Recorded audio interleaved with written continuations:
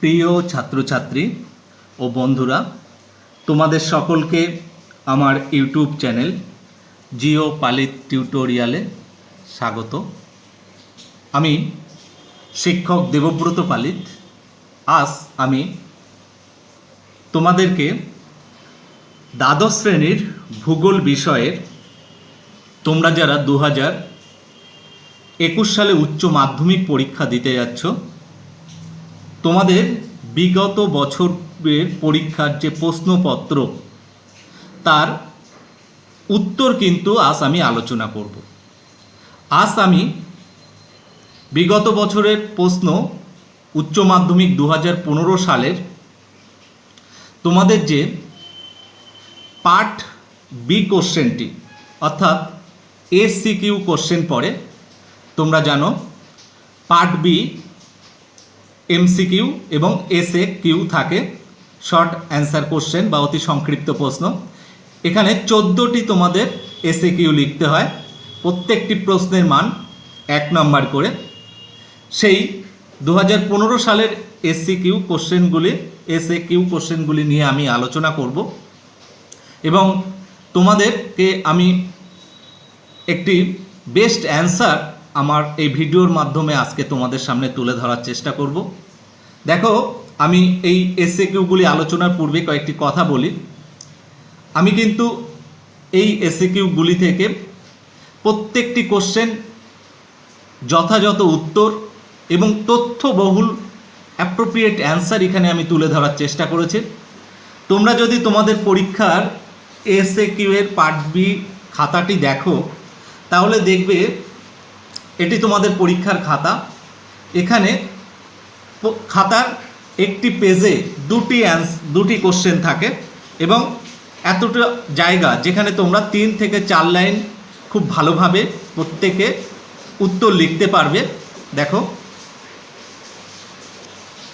একটি পেজে 2টি কোশ্চেন আছে, এতটা জায়গা আছে যেখানে তোমাদের উত্তর লেখার জন্যে। তাই আমি কিন্তু প্রত্যেকটি প্রশ্ন 3 থেকে 4 লাইনের মধ্যে সুন্দরভাবে তথ্যবহুল একটি অ্যান্সার তোমাদের সামনে আমি তুলে ধরেছি। প্রত্যেকটি নোট এই প্রত্যেকটি কোশ্চেনের তোমরা হয়তো বাজার চলতি অনেক সাজেশন বই বা অনেক বই থেকে কোশ্চেনের অ্যান্সার পাবে, সেখানে হয়তো 1টি 2টি বা বেশ কয়েকটি অ্যান্সার ভালো পেলেও এখানে যে 14টি কোশ্চেন থাকে, প্রত্যেকটি কোশ্চেনের কিন্তু অ্যাপ্রোপ্রিয়েট বা বেস্ট অ্যান্সার কিন্তু একটি বইতে বা কোনো বইতে পাবে না। আমি আমার এই নোটের মধ্যে কিন্তু প্রত্যেকটি প্রশ্নের সুন্দর তথ্যবহুল বেস্ট অ্যান্সার তুলে ধরেছি। তাই তোমরা অবশ্যই আমার এই নোটের সাথে পাশাপাশি অন্যান্য বই বা বাজার চলতি সাজেশন বইগুলি কম্পেয়ার করে দেখো। যদি তোমাদের এই নোটটি ভালো লাগে, অবশ্যই আমার এই চ্যানেলটি সাবস্ক্রাইব করে রেখো পরবর্তী নোটগুলি পাওয়ার জন্যে, এবং তোমরা কিন্তু তোমাদের বন্ধু ছাত্রছাত্রীদেরকে অবশ্যই শেয়ার করবে, তারা এই নোটগুলি পেয়ে যাতে তারা উপকৃত হয়।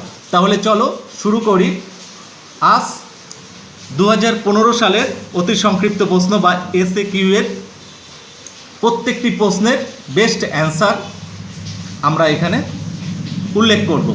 দেখো, তোমাদের 15 সালে প্রথম যে কোশ্চেনটি পড়েছিল, রেগোলিথ কাকে বলে। আমি এখানে দেখো অ্যান্সারটি লিখেছি। আমি কিন্তু তোমাদের কিভাবে একটি অ্যান্সার লিখবে সেটিও কিন্তু নিজে হাতে খুব পরিশ্রম করে যত্ন সহকারে লিখেছি, যেটি তোমরা কোনো ইউটিউব চ্যানেলে আজ পর্যন্ত পাবে না, বা এরকমভাবে কমপ্লিট অ্যান্সার কিন্তু তোমরা পাবে না। তাই আমার এই চ্যানেল থেকে নোটগুলি পাওয়ার জন্যে আমি পরবর্তীতে এর পরবর্তী 15, 16, 17, 18, 19 প্রত্যেকটা ইয়ারের শর্ট কোশ্চেন এবং বড় কোশ্চেনের অ্যান্সার কিন্তু আমি আপলোড করব। বড় কোশ্চেনের অনেক অ্যান্সার কিন্তু আমি ইতিমধ্যে দিয়েছি, যে অ্যান্সারগুলি কিন্তু অন্য সমস্ত ইউটিউব চ্যানেলের অ্যান্সারের থেকে আলাদা, বা যে কোনো নোট বই বা সাজেশান বইয়ের থেকে কিন্তু আলাদা।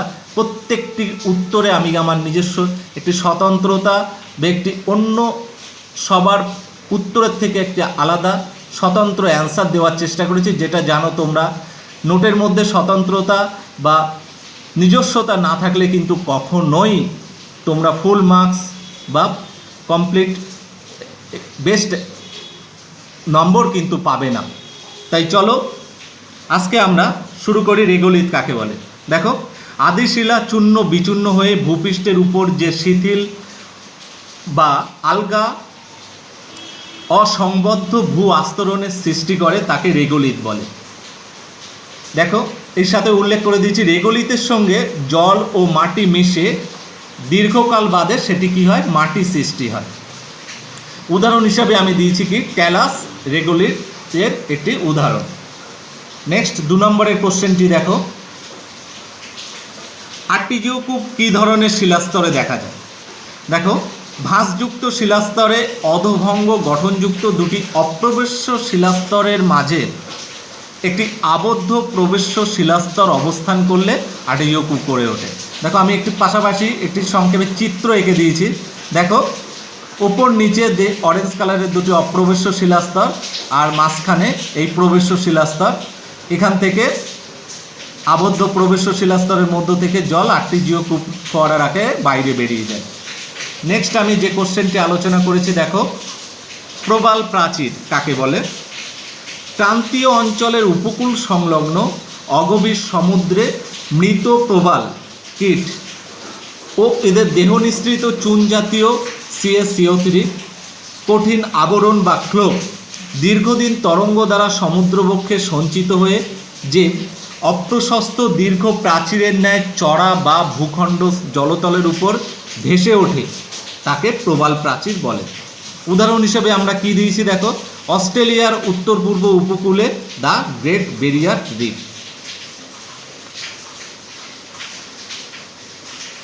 নেক্সট আমি যে কোশ্চেনটি আলোচনা করেছি, এল নিনো কি। দেখো, স্পেনীয় শব্দ এল নিনোর অর্থ হল দুরন্ত বালক বা ক্রাইস্ট চাইল্ড।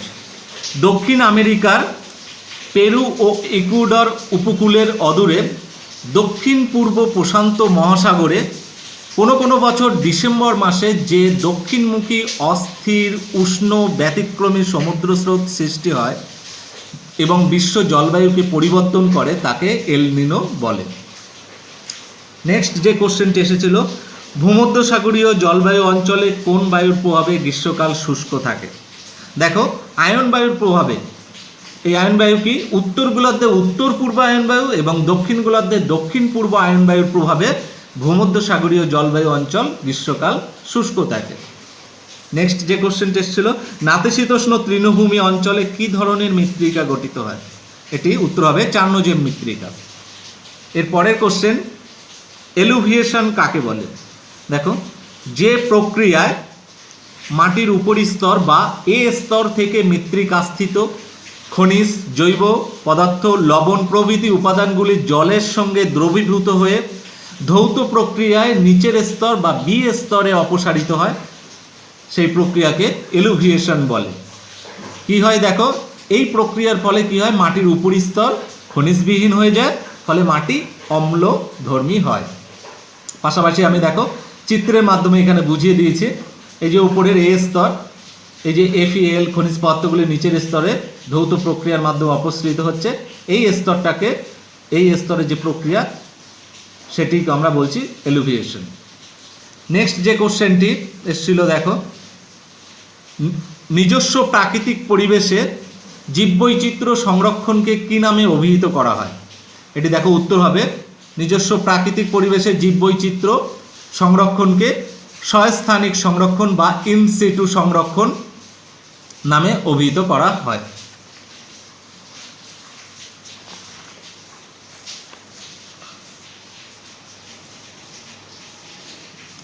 নেক্সট যে কোশ্চেনটি এসেছিল, দেখো, সম্মুখ তটভূমি ও পশ্চাৎ তটভূমির মধ্যে পার্থক্য কী। দেখো, দুটি পার্থক্য আমি উল্লেখ করে দিয়েছি। সম্মুখ তটভূমি কি না, সমুদ্র জলের ভাটার নিম্নতম জলসীমা থেকে জোয়ারের জলসীমার গড় উচ্চতা পর্যন্ত বিস্তৃত অঞ্চলকে সম্মুখ তটভূমি বলে। অর্থাৎ অবস্থানের ভিত্তিতে যদি বলি আমরা, পশ্চাৎ ও পুরোদেশীয় তটভূমির মাঝখানের তটভূমিকে বলছি সম্মুখ তটভূমি। আর পশ্চাৎ তটভূমি কি, সমুদ্র জলের ঊর্ধ্বসীমা থেকে উপকূলের খাড়া পাড় বা ভিগুর পাদদেশ পর্যন্ত বিস্তৃত অঞ্চলকে পশ্চাৎ তটভূমি বলে। অবস্থান কোথায়? না সম্মুখ তটভূমির ঠিক পিছনে অবস্থিত। এবার দেখো অনুসারী শিল্পগুচ্ছ কাকে বলে। দেখো কোনো বৃহৎ আয়তন শিল্পের উৎপাদিত দ্রব্যকে কাঁচামাল হিসেবে ব্যবহার করে যখন কোনো বড় শিল্পের পাশাপাশি বিভিন্ন ছোট ছোট ক্ষুদ্র শিল্প গড়ে ওঠে বা একত্রিত সমাবেশ দেখা দিলে তখন তাকে অনুসারী শিল্পগুচ্ছ বলে। উদাহরণ হিসেবে আমরা উল্লেখ করে দিয়েছি, দেখো একটি মূল বড় মোটর গাড়ি শিল্পের সহযোগী শিল্প হিসাবে ওই মোটর গাড়ি শিল্পের পাশাপাশি টায়ার, টিউব, কাঁচ, বৈদ্যুতিন সামগ্রীর প্রভৃতি ছোট ছোট শিল্প গড়ে উঠলে এবং একত্রিত সমাবেশ হলে তখন তাকে আমরা অনুসারী শিল্পগুচ্ছ বলে থাকি। নেক্সট কোশ্চেন দেখো, শস্যাবর্তন কাকে বলে। দেখো যে কৃষি ব্যবস্থায় একই জমিতে বছরের বিভিন্ন সময় বা বিভিন্ন বছরে ভিন্ন ভিন্ন প্রকার কৃষিজ ফসল ঘুরিয়ে ফিরিয়ে উৎপাদন করা হয় তখন তাকে শস্যাবর্তন বলে। এতে কি হয় না, জমির স্বাভাবিক উর্বরতা শক্তি বৃদ্ধি পায়। উদাহরণ হিসেবে দিয়েছি, দেখো প্রথম বছর কোনো জমিতে গম, দ্বিতীয় বছর সেই জমিতে শুটি বা ডাল, তৃতীয় বছর ওই জমিতে জব বা ওট এবং চতুর্থ বছর ওই জমিতে আলু বা বিট চাষের মাধ্যমে আমরা এই শস্যাবর্তন পদ্ধতি প্রয়োগ করতে পারি। এরপরে যে কোশ্চেনটি এসেছিল, দেখো বাজার ভিত্তিক উদ্যান কৃষি বলতে কি বোঝো। দেখো যে বাজার কেন্দ্রিক কৃষি ব্যবস্থায় শহরাঞ্চলের চাহিদা মেটাতে অত্যন্ত আধুনিক পদ্ধতিতে শহরের উপকণ্ঠে ক্ষুদ্র বা ছোট জমি বা বাগানে সবজি, ফল, ফুল, ভেষজ উদ্ভিদ বা অসময়ের শাকসবজি চাষ করা হয় তাকে বাজার কেন্দ্রিক উদ্যান কৃষি বলে। একটা বৈশিষ্ট্য উল্লেখ করে দিয়েছি, দেখো ট্রাক মারফত শহরে এই শস্য প্রেরণ করা হয় বলে একে ট্রাক ফার্মিং বলে থাকে।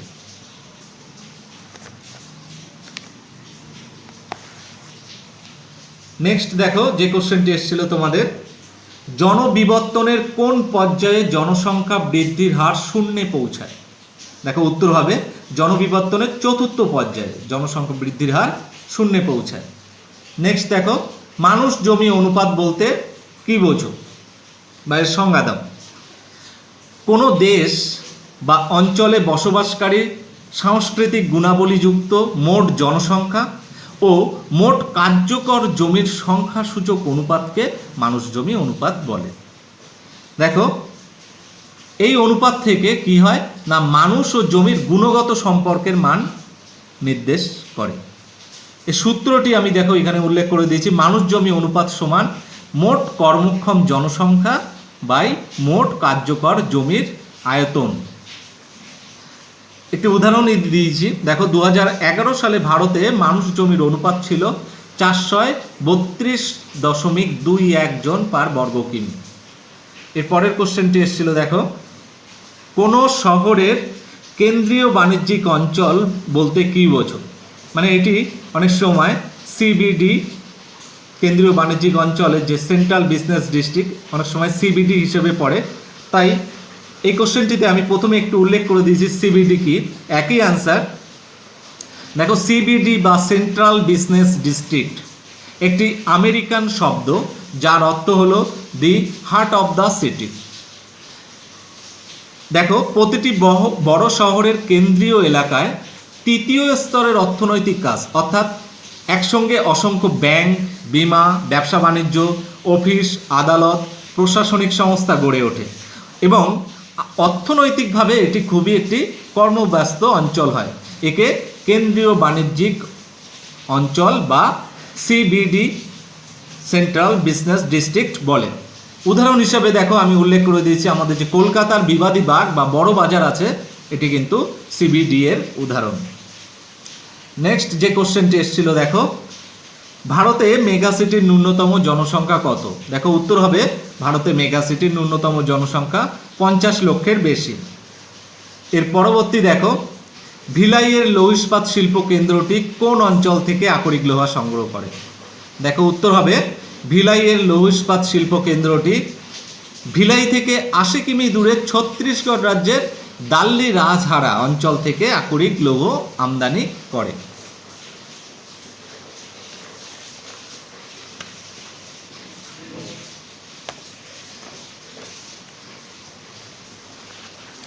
নেক্সট যে কোশ্চেনটি এসেছিল দেখো,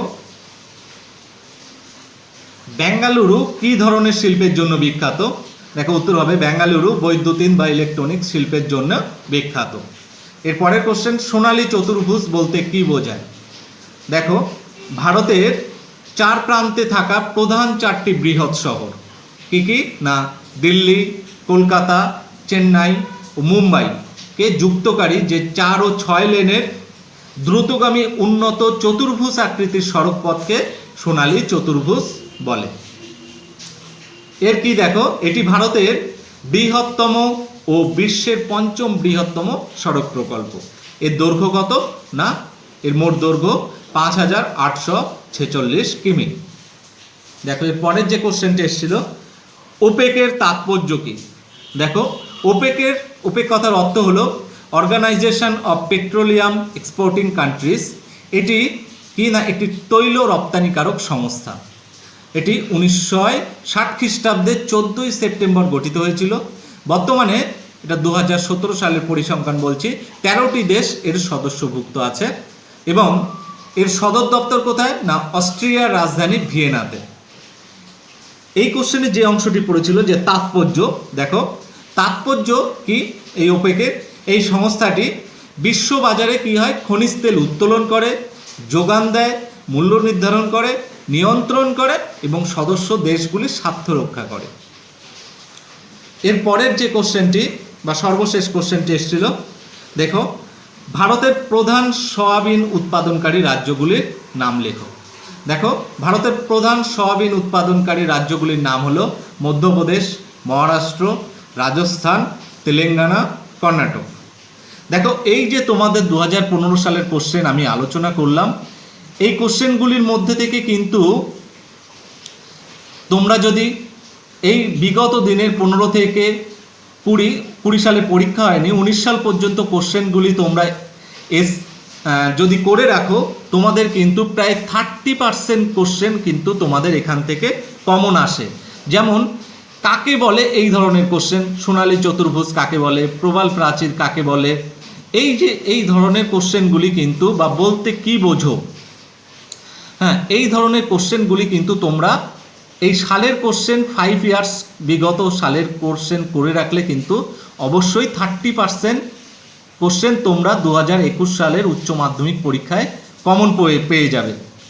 সবশেষে ছাত্রছাত্রী তোমাদেরকে বলি, তোমরা যারা 2021 সালে উচ্চ মাধ্যমিক পরীক্ষা দিচ্ছ, তোমাদের যে উচ্চ মাধ্যমিক সাজেশান, সেই সাজেশান কিন্তু ইতিমধ্যেই আমি আমার চ্যানেলে আপলোড করে দিয়েছি এবং যে সাজেশানের প্রত্যেকটি কোশ্চেন, বড় কোশ্চেনের অ্যান্সার কিন্তু অলরেডি আমি অনেক কোশ্চেনের অ্যান্সার দিয়ে দিয়েছি, আরও পরপর দিচ্ছি।